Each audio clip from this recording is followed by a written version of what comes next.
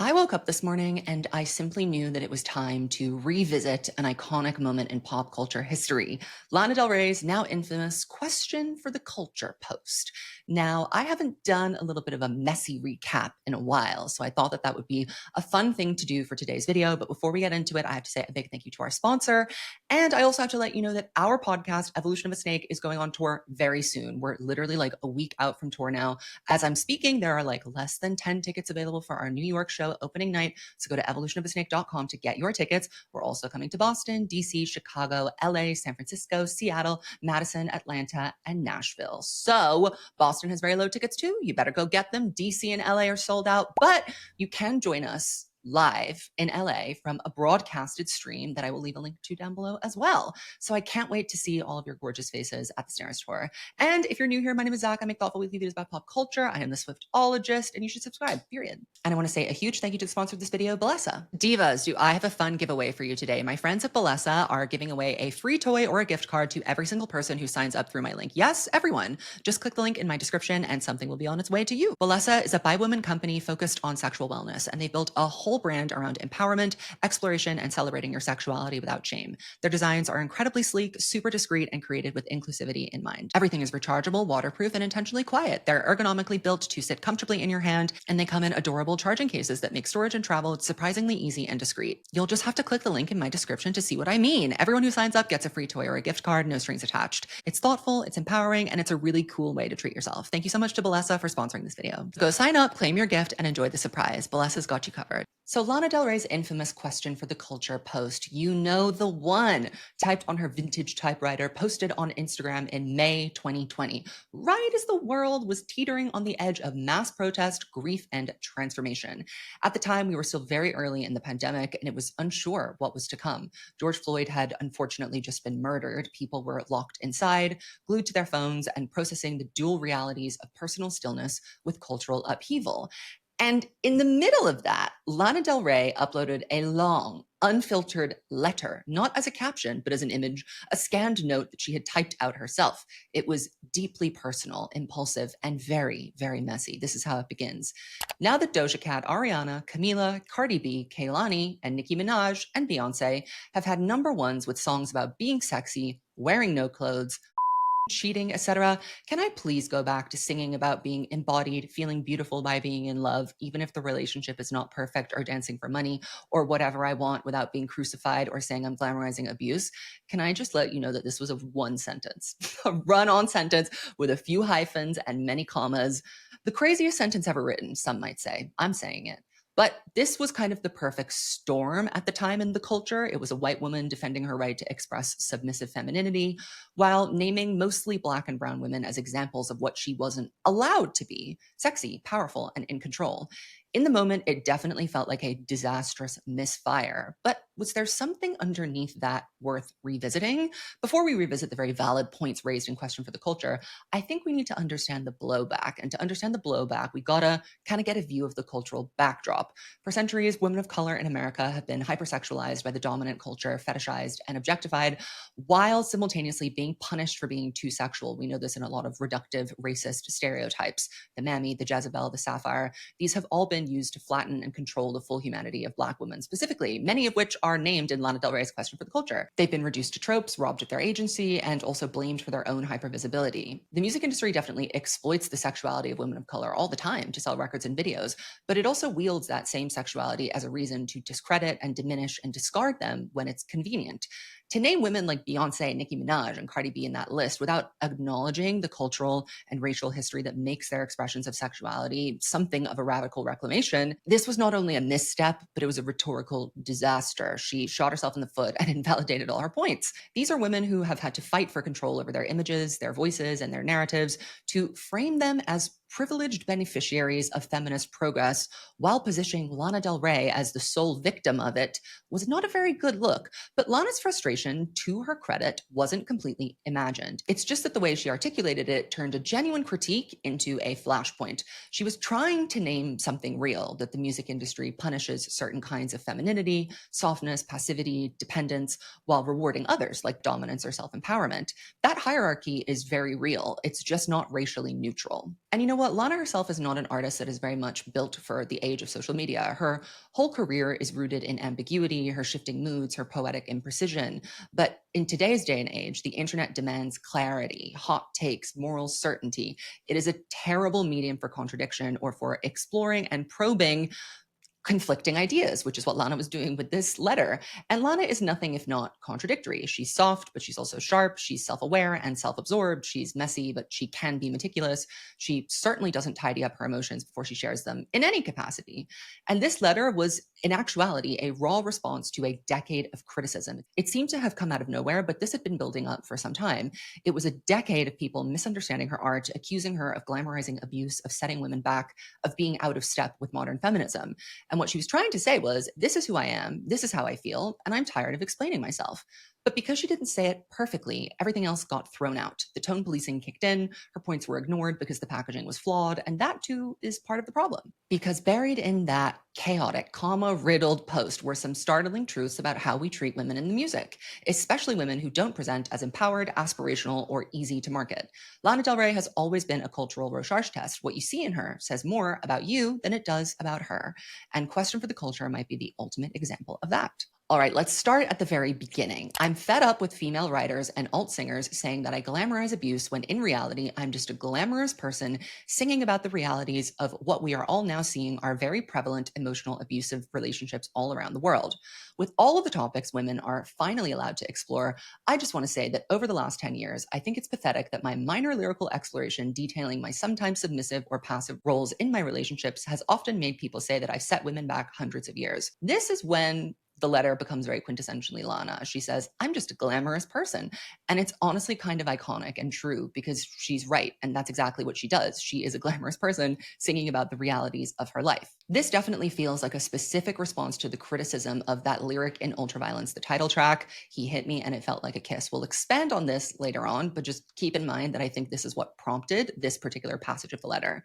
Lana's entire career early on was built on the aesthetics of like danger and desire and dysfunction. Her debut album is literally called Born to Die. It's full of dreamy odes to bad men, to broken hearts, and to fatalistic romance. But what critics often failed to grasp about Lana in those early days is that she wasn't endorsing these dynamics. She was documenting them because they happened to her. Her music has never arrived with a neat moral. She didn't say, here's how I healed. She says, here's how it felt.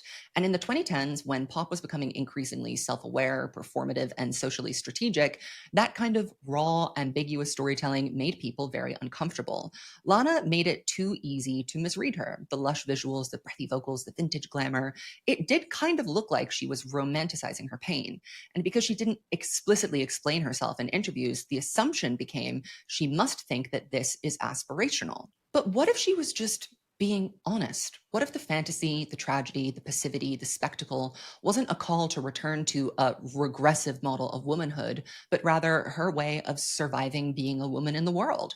For Lana, glamour and pain are fused. The aesthetic doesn't sanitize the suffering, it's the language that she uses to express it. And here's where the backlash really starts to feel especially perverse. So many of the loudest criticisms came not just from men, but from women. Feminist bloggers, alt-pop fans, and cultural critics who had spent the 2010s championing complex female protagonists turned around and labeled Lana's work as dangerous, retrograde, or anti-feminist. Why? Because she didn't frame her suffering as resistance. She didn't offer empowerment as the resolution. I think this is a little bit of internalized misogyny at work, the idea that a woman can only be legible and valuable and a good role model, or that she has to even be a role model in the first place, if she's on an upward, clear arc. If she's learning, triumphing, and growing, sure, then we would like to celebrate her. But what happens when a woman isn't triumphant, when she's stuck in the middle of something messy and unresolved? We call her weak. We call her regressive. We accuse her of setting women back. In reality, Lana's music is a gift precisely because it sits in the discomfort, because it says, I was complicit, I was hurting, I stayed, I longed for the wrong things, and I'm not going to neatly explain that away for your comfort. That's not anti-feminist. That's a radical honesty. It's showing the parts of womanhood that don't fit on an empowerment billboard. So when Lana says she's tired of being told that she's a bad feminist for expressing that reality, she's not just defending herself, she's calling out the limitations of a feminism that can only celebrate strength, but not survival. A feminism that has room for heroines, but not anti-heroines, and that perhaps, worst of all, can't recognize its own cruelty when it shames another woman for being too vulnerable, too complicated, and too glamorous while doing it. This is where Lana really starts cooking and saying things that I don't think we've heard other pop stars say before. She starts talking about submissive femininity. Let this be clear, she says, I'm not a feminist, but there has to be a place in feminism for women who look and act like me, the kind of woman who says no, but men hear yes, the kind of women who are slated mercilessly for being their authentic, delicate selves, the kind of women who get their own stories and voices taken away from them by stronger women or by men who hate women. She continues, I've been honest and optimistic about the challenging relationships I've had. Newsflash, that's just how it is for many women. And that was sadly my experience up until the point that those records had been made. I think that Lana felt very empowered to come out and make this statement at this specific moment in time because the critical reception had done a complete 180 on her. This was post Norman Rockwell, her best received record of all time. She was finally being hailed as the great American songwriter that she is. And she had a few scores to settle. And I think that this part of the letter is very heartbreaking. Lana isn't asking to be celebrated as some sort of feminist icon. She's not lobbying for awards for that or for think pieces in her favor. She's just asking not to be crucified for telling the truth, because that's what her music has always been. Not moralizing, not aspirational, not filtered through a TED Talk speak, but this unvarnished emotional chaos. I want him even though he's bad for me. I stayed even when I knew better. I'm not strong right now. I'm not ready to leave. It isn't a recovery narrative. It's a record of longing and of surviving, and also sometimes about losing. And in the cultural climate of the 2010s, that kind of narrative was seen as dangerous. Lana emerged at the peak of what we now call lean in or girl boss feminism, a brand of pop feminism popularized by women like Sheryl Sandberg, which equated empowerment with ambition and control and personal success within capitalistic structures. The message was quite clear. Women should be strong, assertive, and in charge. Feminism in that era was about having it all and looking good while doing it in heels. In pop culture, this played out as the era of the girl boss, from Beyonce's declarative, this is what a feminist looks like, performance of Flawless at the VMAs, to Taylor Swift's girl boss embrace of moving to New York City and releasing 1989. There was this growing demand for female artists to present themselves as strategic, powerful, and polished. Vulnerability had to be framed as transformation, or a prior step to the success that had been achieved. Sadness had to be overcome, and any depiction of submission, especially one that didn't come with a redemption arc, was seen as anti-feminist. Lana, of course, does not fit that mold. She wouldn't play the game. And instead of being read as a counter-narrative, it was read as a threat to feminist progress. Critics asked whether her lyrics were safe for young women. They wondered aloud whether her music might inspire girls to stay in abusive relationships. They blamed her for not adding disclaimers and explanations to her pain in her art, for refusing or being unable to turn her sorrow into a teachable moment. But the irony is, what made Lana resonate was not her polish. It was exactly this mess, her ambiguity, her refusal to make her pain palatable, her need to glamorize it in order to cope. Women didn't necessarily see her as a guide. They saw her as a mirror, not because she told them how to feel, but because she validated what they already felt. And maybe, just maybe, that's the most feminist thing of all. Not pretending to have the answers, but giving language to the feelings that most pop music ignores. The yearning, the dependency, the complicity, the deep ambivalence of being a woman who still wants a bad thing and saying it all without an apology. Then Lana really gets cooking on the media, and this is where she's spitting. She's cooking with peanut oil. She says, so I just want to say it's been a long 10 years of reviews up until recently, and I've learned a lot from them. But I also feel I really paved the way for other women to stop putting on a happy face and just be able to say whatever the hell they wanted to in their music. In my experience, where if I even expressed a note of sadness in my first two records, I was deemed literally hysterical, as though it was literally the 1920s. The media's treatment of Lana Del Rey in the early 2010s is one of the most egregious examples of cultural gaslighting in modern pop history, from her shaky SNL debut to a Rolling Stone cover story that painted her deliberately as emotionally unstable. Lana was never allowed to be complex, to be anything more than the sad girl. She was either fake or tragic, manufactured or unhinged. Her reception by the media has always been uneven, but at the very, very start, it was vicious. The Pitchfork review was so bad they had to come and rescore it years later. But their review of Born to Die from 2012 is perhaps the most emblematic example of how deeply the press misunderstood and punished Lana for their misunderstanding. From the very start, this review drips with condescension. What happens to a dream fulfilled? More specifically, an American dream fulfilled. Rags turning to riches with the snap of a manicured finger, kissing James Dean in Gatsby's swimming pool. It's less music criticism and more character and vision assassination. Lana is mocked in this review not just for her sound, but mostly for the aesthetic and the thematic choices that would actually later be celebrated when we reappraised it through the lens of Norman Rockwell, which also emits a nostalgic Americana decadence. Pitchfork writes that even though Lana has all the love, diamonds, and Diet Mountain Dew she could ask for, she still sings I Wish I Was Dead, sounding utterly incapable of joy. Then they paraphrase Liz Phair: if you get everything you wish for and you're still unhappy, then you know that the problem is you. This is a brutal dismissal of not just an artist, but of a woman's right to express sorrow, confusion, and alienation, especially in the context of success. The assumption is clear: if Lana has fame and money, her sadness must be performative or pathetic. Worse still is how the review critiques the album's musical choices as emotionally disingenuous, despite it being one of the most successful and influential albums of the 2010s, calling it the album equivalent of a faked orgasm. It dismisses her breathy vocals as affect, her lyrics as limp, and her persona as retrograde. It scolds her for embodying a character, something that male artists are routinely praised for doing, and it condemns her for leaning into fantasy instead of forging a realism. The review ends with, Born to Die never allows tension or complexity into the mix, and its take on female sexuality ends up feeling thoroughly tame. But the truth is, that album is all tension. The problem for this reviewer and for the people at large is that the tension was not resolved. Lana's greatest sin wasn't that she lacked depth, it's that she refused to offer closure, and that made people uncomfortable. It's you, it's all for you. And I refuse to turn around and show you how that was a bad thing for me. This was especially hard for people who were trained to see feminism in terms of progress, arcs, and empowerment, which they very much were at the time.